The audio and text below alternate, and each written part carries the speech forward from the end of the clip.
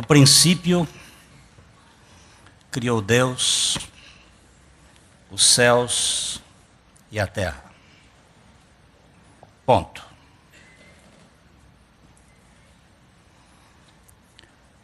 E a terra se tornou sem forma e vazia.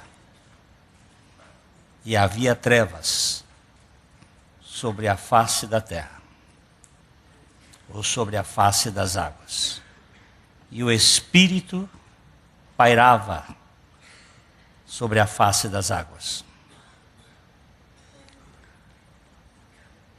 Deus é luz. Não há nele nenhuma treva. No princípio criou Deus os céus e a terra. Deus não criou trevas. Como as trevas apareceram? Como as trevas surgiram? A terra tornou-se sem forma e vazia. A terra não era sem forma e vazia. Deus não criou a terra para ser sem forma, nem vazia. Ele criou a terra para ser habitada. Mas havia trevas sobre a face do abismo. Como as trevas apareceram?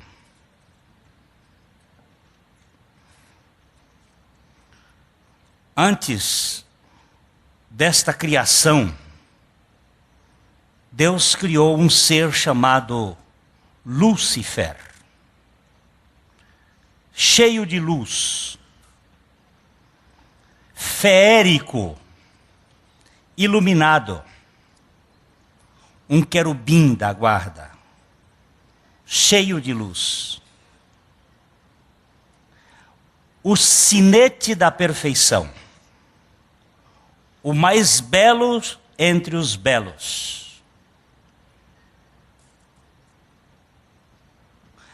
Mas houve corrupção no seu interior. Corrupção na sua vontade. Por alguma razão não explicável por nós, mas desejada por ele, ele não aceitou ser uma criatura e quis subir e sentar-se no trono de Deus. Este pecado é chamado de endógenos, autoproduzido.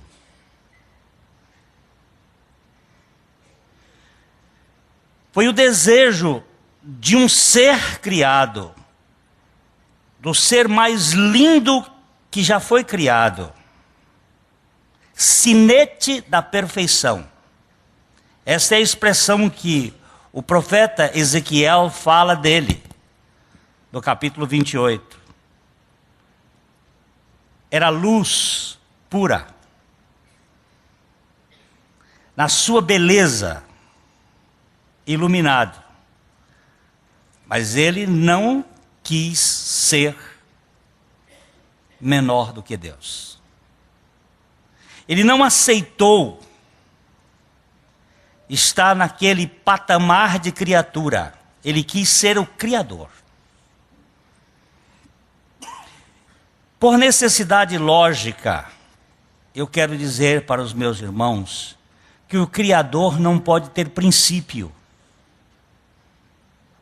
Porque se ele tiver princípio, ele terá sido criado. E se ele for criado, ele não será o Criador. Ele será uma criatura. Por necessidade ontológica, o Criador não tem origem. Ele é eternamente. Porque se ele tiver origem, ele será existente. E se ele for existente, Ele teve um começo. O Criador foge da nossa cabeça, porque nós somos criaturas. Eu não posso explicá-lo. Eu não posso entendê-lo. Ele está além, muito além da nossa compreensão. Nenhuma criatura pode entender o Criador. Mas Lúcifer era um anjo. Ele está no plano de outra dimensão que não a nossa. A nossa dimensão é tridimensional. Eu tenho altura, eu tenho comprimento e eu tenho largura. Eu tenho 3 dimensões. E é só isto que minha mente pode entender. Só que a Bíblia me fala que o amor de Deus tem comprimento, tem altura, tem largura e tem profundidade. Mas quando ela diz profundidade, o que é profundidade? É a altura que eu não vejo. Esta casa tem as paredes, mas ela tem o alicerce que estão embaixo. Ela é mais alta do que eu vejo, porque para baixo tem os pilares que estão enfiados na terra. Estes pilares estão na profundidade, mas a profundidade não é vista. É uma dimensão além da visão, porque o que eu vejo é apenas aquilo que está nas 3 dimensões. Nós temos um mundo físico que foi criado posteriormente ao mundo espiritual. Quando Deus criou os céus e a terra, Ele já tinha criado anteriormente os seres espirituais. Os seres angélicos. E Ele criou os céus na sua grande expansão arraquia, no hebraico, que eu não posso explicar, que é grande, grande. Os astrônomos dizem que o espaço do sideral é finito, mas é grande. Há um termo para ele, mas para a nossa mente, que não consegue compreender nem mesmo a nossa galáxia, que tem 100 bilhões de estrelas, da qual o Sol é apenas uma de 5ª grandeza. A nossa galáxia.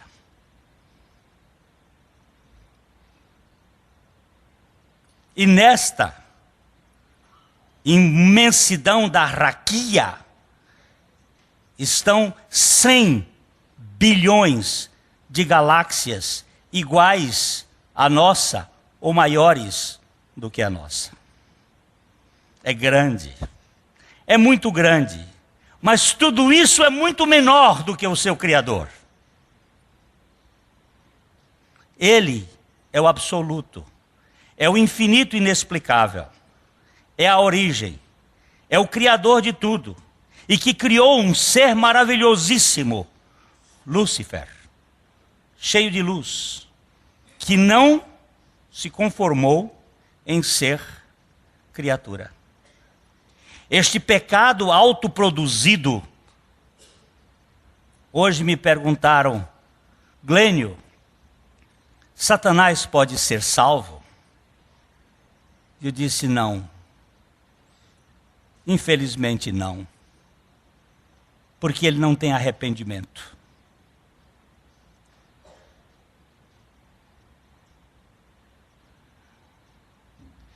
O nosso pecado,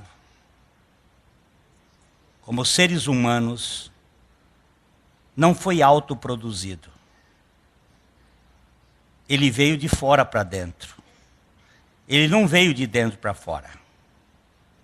Nós não desejamos ser Deus por nós mesmos. Nós fomos tentados a ser Deus.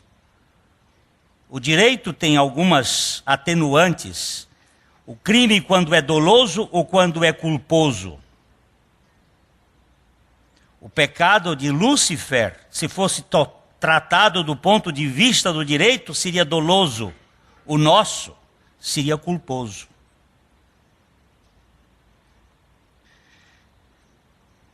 No princípio criou Deus os céus e a terra. Mas a terra se tornou sem forma e vazia. Por quê? Porque houve uma catástrofe. Que catástrofe foi essa? A catástrofe da queda luciferiana. A queda luciferiana é o desligamento da luz criadora. Hoje nós falávamos para o grupo lá dos homens e pensávamos no nosso celular. Porque um dia, uma pessoa aqui em Londrina me disse: Glênio, Deus é muito vaidoso, muito orgulhoso. Ele quer toda a glória e toda a adoração para Ele. E eu estava com o meu celular no bolso e tirei e disse: o que acontece com este celular? Se eu ficar usando o tempo todo, dentro de algum tempo, toda a energia que está dentro dele vai ser consumida e ele vai morrer. Vai acabar a energia. Mas para que ele possa funcionar outra vez, eu tenho que pegar um cabo, enfiar aqui e ligar em Itaipu. Eu falei Itaipu porque eu também não sabia que a energia do Paraná não vem de Itaipu, vem de Furnas. Então ligar em Furnas. Eu tenho que ligar no maior, num centro produtor de energia. Deus não precisa da minha adoração. Hoje nós conversávamos com os mendigos que estavam lá na chácara. Deus não precisa de nada. Ele não precisa de oração. Ele não precisa de adoração. Ele não precisa de dinheiro. Ele não precisa de você. Ele não precisa de ninguém. Ele é um Deus que se basta a si mesmo. E por que Ele nos criou? Porque Ele quis. Foi segundo o conselho da sua vontade.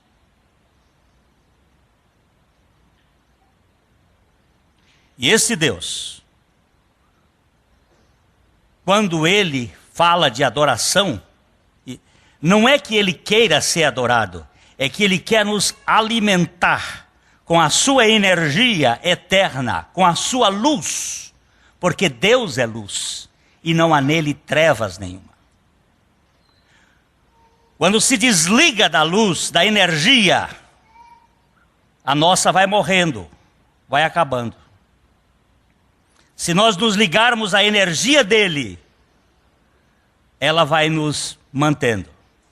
O pecado de Lúcifer foi cortar da energia da luz divina, a luz que produziu a luz.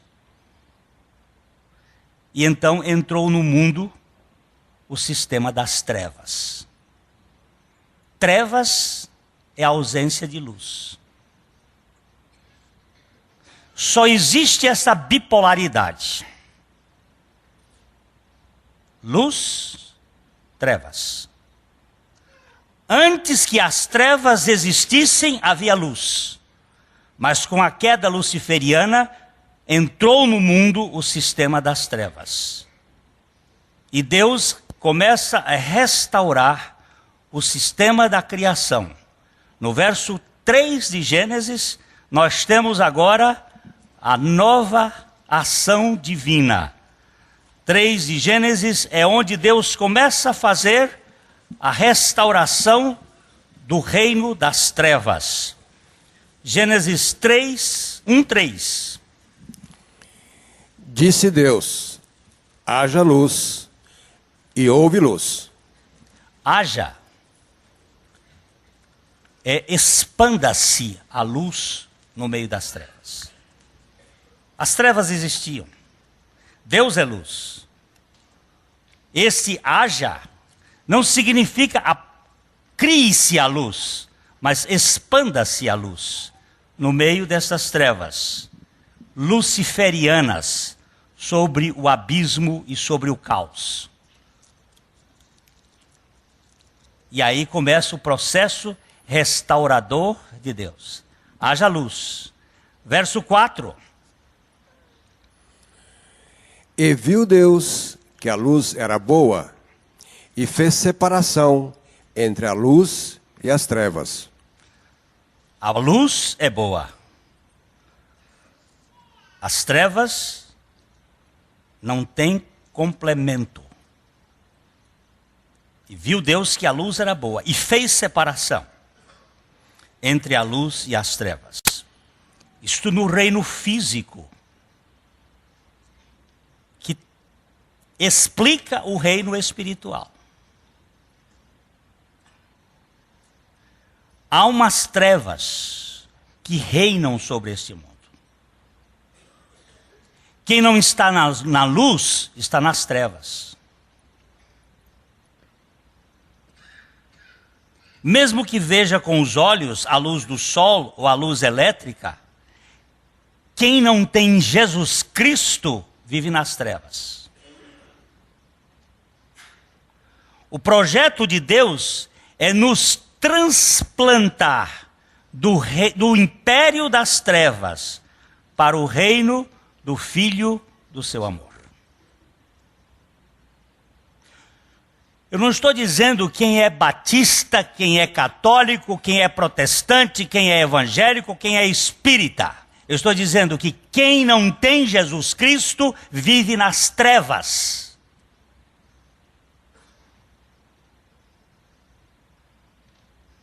Vive nas trevas, não tem luz e não sabe para onde vai.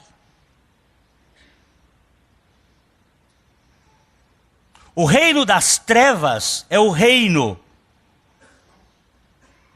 do egoísmo. É o reino da morte, do roubo e da destruição. Jesus disse que o ladrão vem somente para roubar, matar e destruir.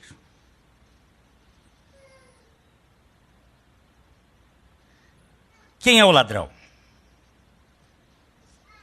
É quem administra o reino das trevas. Nenhum filho da luz rouba. Nenhum filho da luz mata. Nenhum filho da luz destrói. Quem rouba, que mata e destrói, são os filhos das trevas.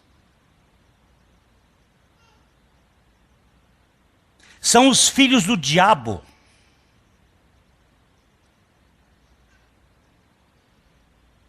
A Bíblia foi lida hoje aqui, em vários textos, com uma lâmpada para os meus pés é a tua palavra, e luz para o meu caminho. Eu não preciso ter uma luz muito longa para ver. Há um velho cântico do cantor cristão que diz: eu não peço luz para longe ver, apenas luz em cada passo ter. Eu não preciso de luz para distâncias, eu preciso de luz agora. Nos meus relacionamentos. E esse Senhor Jesus veio ser a luz.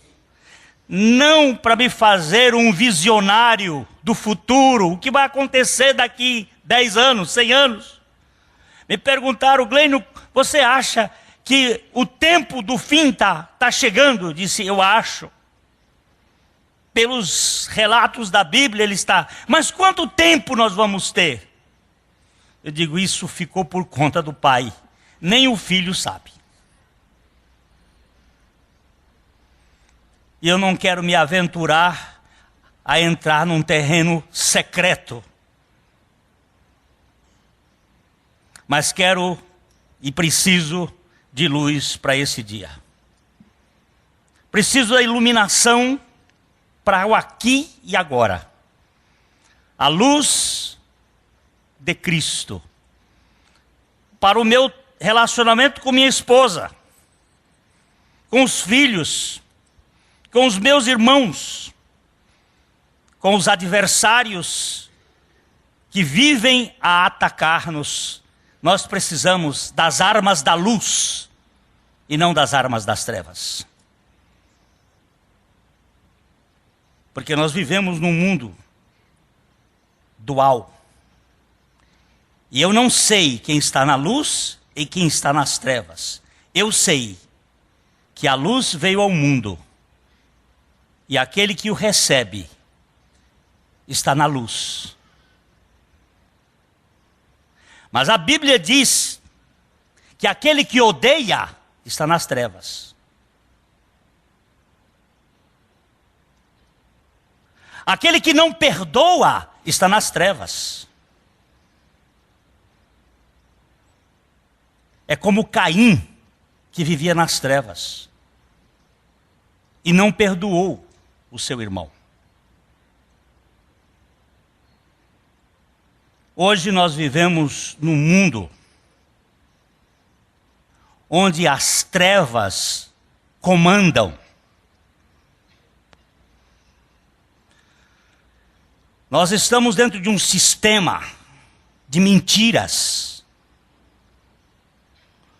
A mídia, o aspecto jornalístico é controlado pelo mundo das trevas. Quando aparece isto aqui, na face deste boletim, marcha contra a violência infanto-juvenil, falando que lá na Europa agora estão preparando os pacotes para a Copa de 2014. Eu estou lembrando de 1914, que foi a primeira guerra destes endemoniados da destruição do mundo, do racionalismo estupidificado. E 2014 vai ter uma Copa no Brasil que não tem nem condição de produzi-la, porque as nossas autoridades não estão cumprindo com nenhum dos cronogramas estabelecidos. Já estão gritando, devolvam a Copa para a Inglaterra. Ela tem condições. Mas os interesses econômicos vão fazer funcionar a mentira da enganação, como foi a grande mentira do jogo Santos e Corinthians hoje, para manter as pessoas iludidas em cima de mentiras. E a gente enganados pensando que estamos nos divertindo com pão e circo. Enquanto eles estão preparando turismo sexual e já preparando crianças de 8 anos para terem 11 anos, virgens, custando R$7.000 uma relação com uma criança dessa para dar dinheiro à paz. Isso é trevas. Isso é poder das trevas. E a gente cruza os braços e assiste de modo acomodado. Não podemos fazer nada. Eu sei que uma formiga tem muito pouco poder. Mas uma pessoa pode morrer de uma mordida de uma formiga. Basta que ela seja alérgica.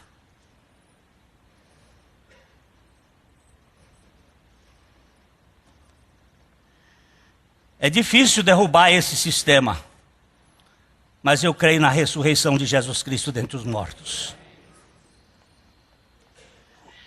Eu não vou ficar de braços cruzados. Eu sei o que é a dor de um abusado.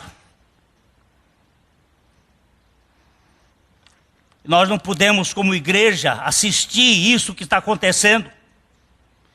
na nossa cidade. O ano passado, o Fantástico deu que é das cidades mais violentas do Brasil. O Rio de Janeiro ficou em 4º lugar, e São Paulo em 6º, e Londrina em 1º lugar.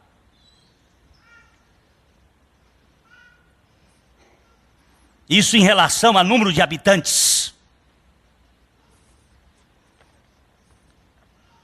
Quando fazem os acordos para que os bandidos do Morro do Alemão venham para Londrina,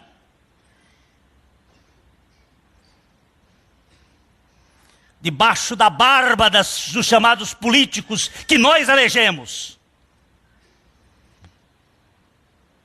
Essa democracia é hipócrita e mentirosa. Agora, se eu não tiver mais indignação, que Deus me leve. Eu não quero viver nesse mundo sem indignação. A assistir nessa cidade uma pessoa ser baleada numa esquina de uma rua por causa de um maldito de um relógio. Onde tem o receptador apadrinhado pelos poderes do governo. Isso é coisa das trevas e não da luz.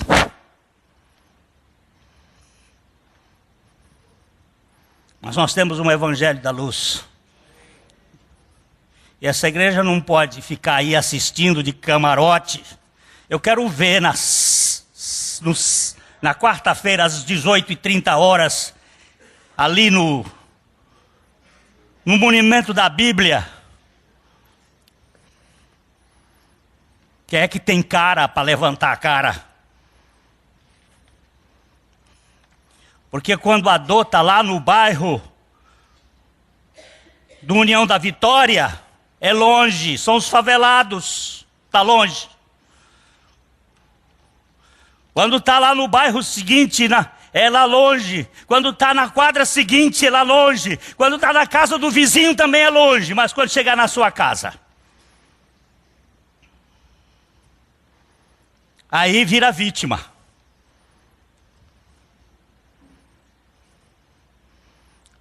Aí nós ficamos, tudo com essa cara aí de Madalena arrependida. Mas o que eu vou fazer?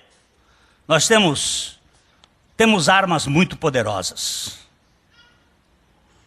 Nós temos armas muito poderosas. Israel estava exatamente como nós estamos aqui agora, no reino de Acabe, onde havia uma rainha Jezabel, fenícia, que adorava o demônio Baal. E teve um profeta medroso como eu, que entrou em depressão, que ficou angustiado, porque ela prometeu, quando ele fez um duelo, se Baal é Deus, adorem Baal. Mas se Javé é Deus, adorem Javé. Vamos ver quem é que tem fogo aí nesse negócio. E eles acharam que a ideia era boa. Puseram 2 bezerros em cima de 2 altares, e os 450 profetas de Baal começaram a clamar desde a manhã até meio-dia, se chicoteando e gritando, e nada de fogo. E o profeta fraco, porque a minha Bíblia diz que Elias era um homem sujeito às mesmas fraquezas que nós. Aquele profeta fraco tripudiava. Será que Baal não está de férias nas Bahamas? Será que ele não tem ido para algum lugar porque ele está com prisão de ventre? E no deboche do profeta, eles mais se batiam, até que não veio nada. E ele agora faz uma ilustração terrível. Diz: bota água, molha este. Ele primeiro constrói um altar com 12 pedras, porque naquele tempo Israel e Judá já haviam se separado. 2 tribos de um lado, 10 do outro. E disse: vamos juntar a união de todo o povo de Deus. Por isso estamos falando em RENAS, Rede Evangélica Nacional de Ação Social. Está falando de uma unidade, de uma rede. Talvez uma formiga não possa fazer muita coisa, mas um formigueiro já dá para fazer uma arruaça. Vamos juntar as 12 pedras. Botou o bezerro. Bota 12 baldes d'água. Enche isso aqui de água. Põe mais água. E põe mais água. E quando a água já corria nos regos, ele levanta e disse: Javé, só o Senhor é Deus.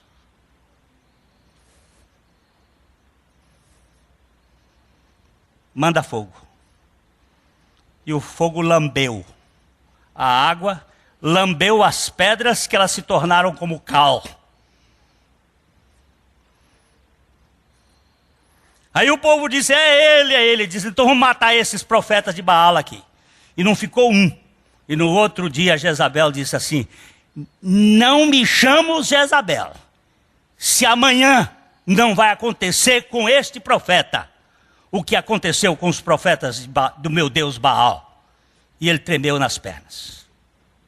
Um homem corajoso desse fraquejou com a voz de uma mulher. E ele deitou debaixo de um zimbro, uma planta que era frondosa, e ali ele dormiu em depressão. O anjo acorda ele. Acorda, sonolento.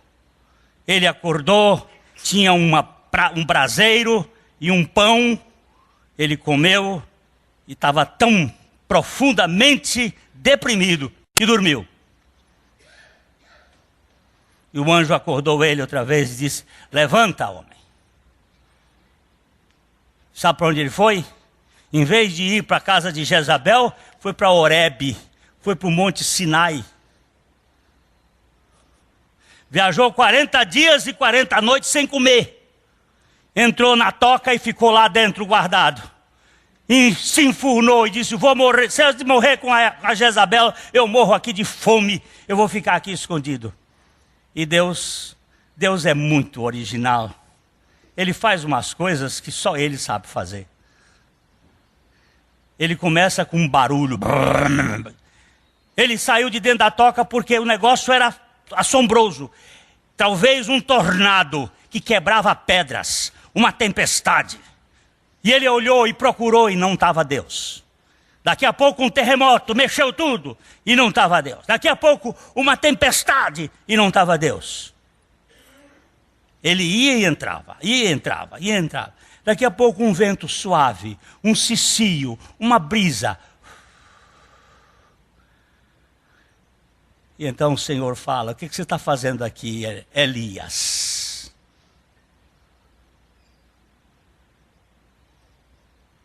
Vai. Eu estou contigo. Eu estou sozinho. Eu tenho 7.000 em Israel que não se dobraram diante de Israel, de Baal. Eu tenho o meu remanescente. Eu não luto com a maioria. Eu luto com os remanescentes. Deus não vai fazer a obra com grandes exércitos. Ele sempre pega um punhado.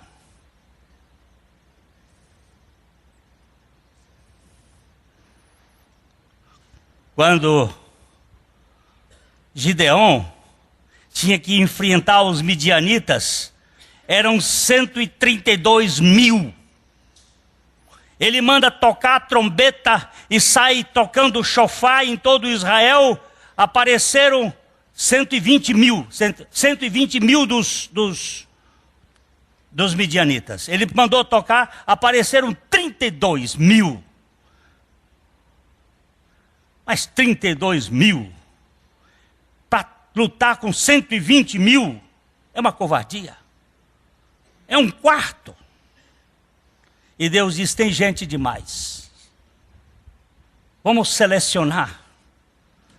Vamos tirar um bocado dessa escória que está aí. Quem é medroso? Quem borra nas calças? 22 mil caíram fora. Já tirou pelo medo. E aqui nós já vamos selecionar alguns. Por Londrina. Em bem de Londrina. Os medrosos que caiam fora. Os covardes.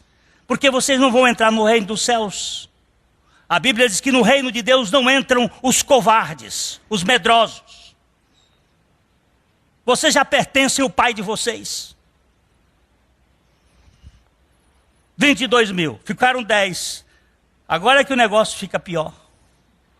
Eram 120 mil contra 32 mil, agora são 120 mil contra 10 mil. Deus diz, tem gente demais. O senhor está louco? Eu sempre sou louco com os meus métodos. Vamos ver quem sabe beber. Leva na beira do riacho e bota o povo para beber. E fica examinando. O que baixar como a boca, como estúpido, esse você deixa para fora. Tinha gente que chegava morto de sede, baixava a boca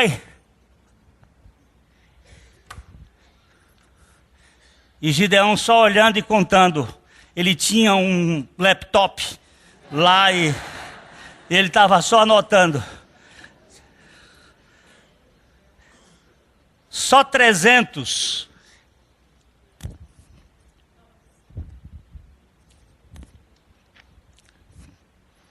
Bebia, mas vigiava. Metia água e jogava como cachorro com a língua e... Ele disse, pega esses 300, mas basta. Mas 300 é... Gente, 120 mil. Aí Deus diz, vamos fazer a estratégia, Gideão.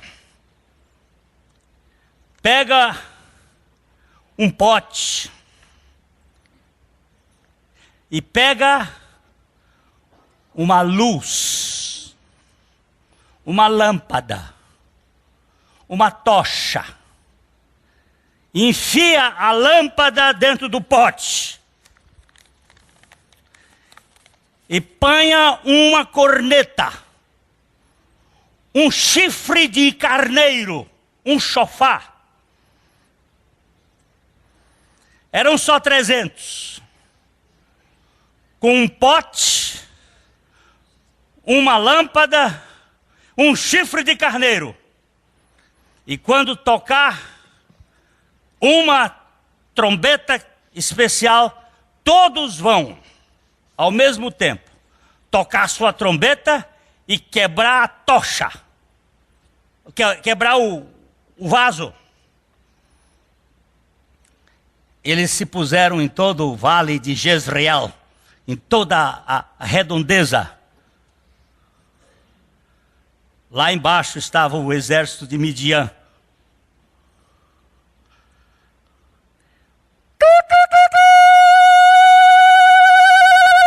Pá!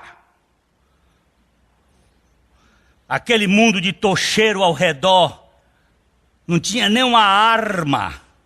Não tinha nenhuma flecha, não tinha nenhuma espada. Só tinha o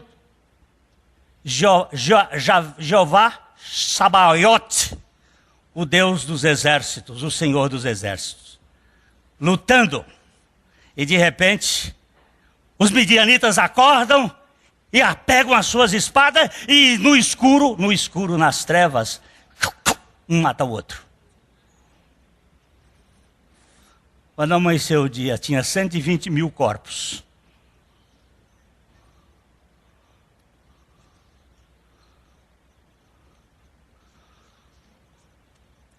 É grande o exército deles, Glênio. Mas uma tocha sozinha estava indicando que ali tinha um tocheiro com um mundo de gente atrás. E um corneteiro estava dizendo que tinha muita gente. Mas só que o que estava de soldados ali, de Israel, era muito maior do que os soldados que estavam lá. Sabe por quê? Porque o exército de Deus estava lutando no invisível.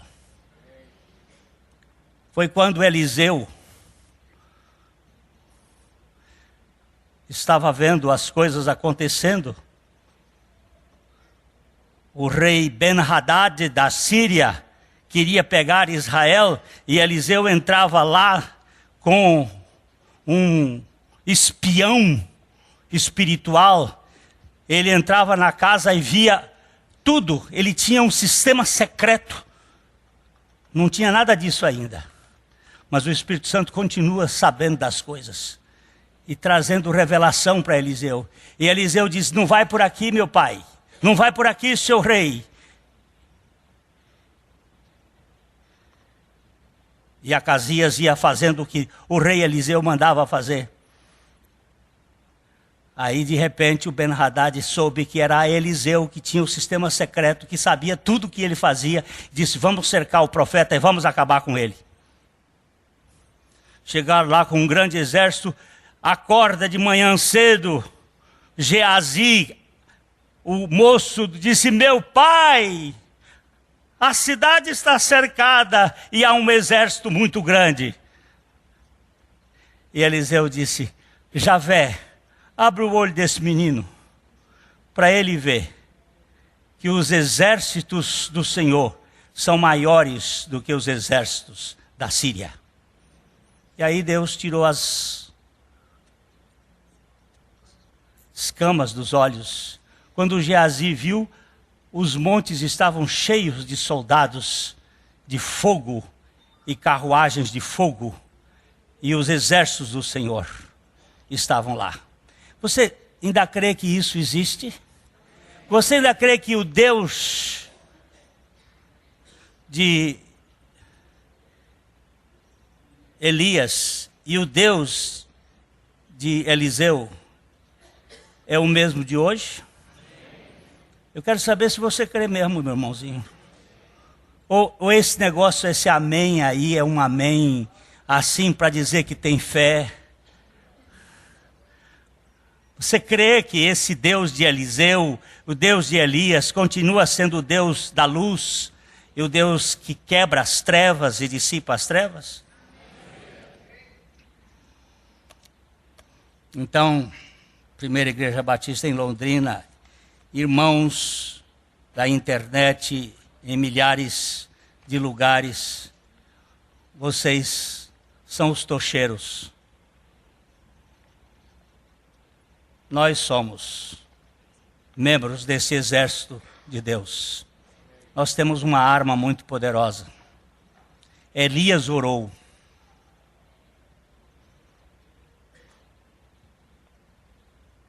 Elias orou. E Deus fechou o céu por 3 anos e 6 meses. Elias era o profetinha fraco. Parecido com você e comigo. Um dia um irmão disse assim: Pastor Glênio, um crente não pode ter depressão, não é verdade? Eu digo: não, é mentira. Ele disse: mas o pastor outro dia falou na televisão. Ele disse: é um mentiroso. Nós temos muitos deprimidos na Bíblia. Eu vou começar com Moisés, passo por Elias, passo por Jonas, passo por Paulo e vou até Jesus. Jesus teve uma grande depressão, quando ele chegou dizendo: a minha alma está deprimida, está angustiada até a morte. Se isso não é depressão, eu não sei mais o que é depressão. Quando ontem um irmão me disse assim: Glênio, eu estou com vontade de morrer. Eu disse: eu sei o que é isso, que eu também já tive. Mas eu tenho um Deus que morreu e ressuscitou. E pode fazer a diferença. E pode mudar. Precisamos muitas vezes de uma muleta química e temos que buscar no médico aquela muleta para ajudar a mudar o nosso sistema hormonal que está desequilibrado. Mas o Deus da graça continua sendo o Deus da luz. Eu estou falando isso, meus irmãos, porque a luz veio ao mundo e os homens amaram mais as trevas do que a luz. Mas ele disse: todo aquele que crê em mim, esse verá a luz da vida, a luz que alumia, que dá sentido. Eu não vou ficar refém do medo, das trevas, desse sistema. Por quê? Eu vou terminar dizendo o seguinte: quando aquele general, aquele senador romano chegou perante Adriano, o imperador, Adriano disse: você se tornou cristão, não é verdade? Ele disse: é verdade. Então eu vou lhe desterrar. Ele disse: para onde? Para uma ilha bem distante, você vai ficar lá, longe dos seus. Ele disse: lá será um céu, porque eu estarei na presença de Deus. Eu vou confiscar todos os seus bens. Ele diz: quais? Todos os que você tem. Eu não tenho nenhum, tudo pertence ao Senhor. Então eu vou lhe tirar a vida. Ele disse: que vida? A sua vida. Eu já morri com Cristo, Cristo é a minha vida. Adriano ficou tão decepcionado que largou ele.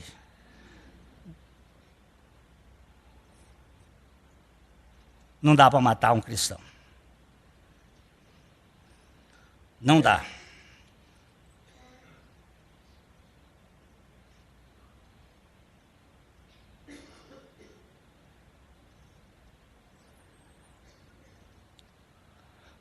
Você não sabe tocar isso não, né? Não se pode matar um crente. Quem é salvo não morre, não. Ele sobe à presença de Deus para receber o seu galardão. Roupas alvas tão limpas e puras, ele veste para a vida maior. Perde tudo por amor a Cristo, para viver uma vida melhor. Não se pode matar um crente. Jesus não mente, falou assim.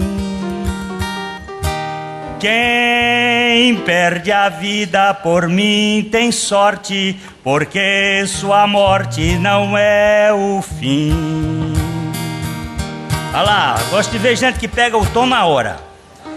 Os romanos se divertiam vendo as feras matar os cristãos. Não sabiam que lá nas arenas gotas de sangue eram grãos que brotavam e se espalhavam, e de Deus recebendo poder para provar aos reis deste mundo que um crente não pode morrer. Não se pode matar um crente. Jesus não mente, falou assim. Quem perde a vida por mim tem sorte, porque sua morte não é o fim. Meu irmão, por que estás com medo de quem pode tua vida tirar?